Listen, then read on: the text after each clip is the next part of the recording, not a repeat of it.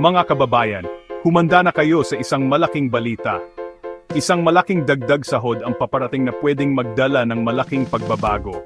Ka-approve lang sa Kamara ng isang bill na talagang mahalaga para sa P200s na dagdag sa arawang minimum na sahod para sa mga manggagawa sa pribadong sektor. Ito ang unang pagtaas ng sahod sa buong Pilipinas na isinabatas mula pa noong 1989. Kung ito'y magiging batas, mahigit 5 milyong Pinoy na minimum wage earner ang matutulungan. Magbibigay ito ng kailangang ginhawa at dignidad.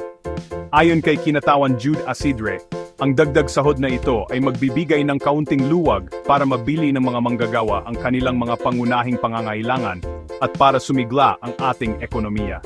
Pero, kailangan pa itong iayon sa bersyon ng Senado na nagmumungkahi ng P100s na dagdag. Magpupulong ang mga miyembro ng Kamara at Senado para pag-usapan ang mga huling detalye.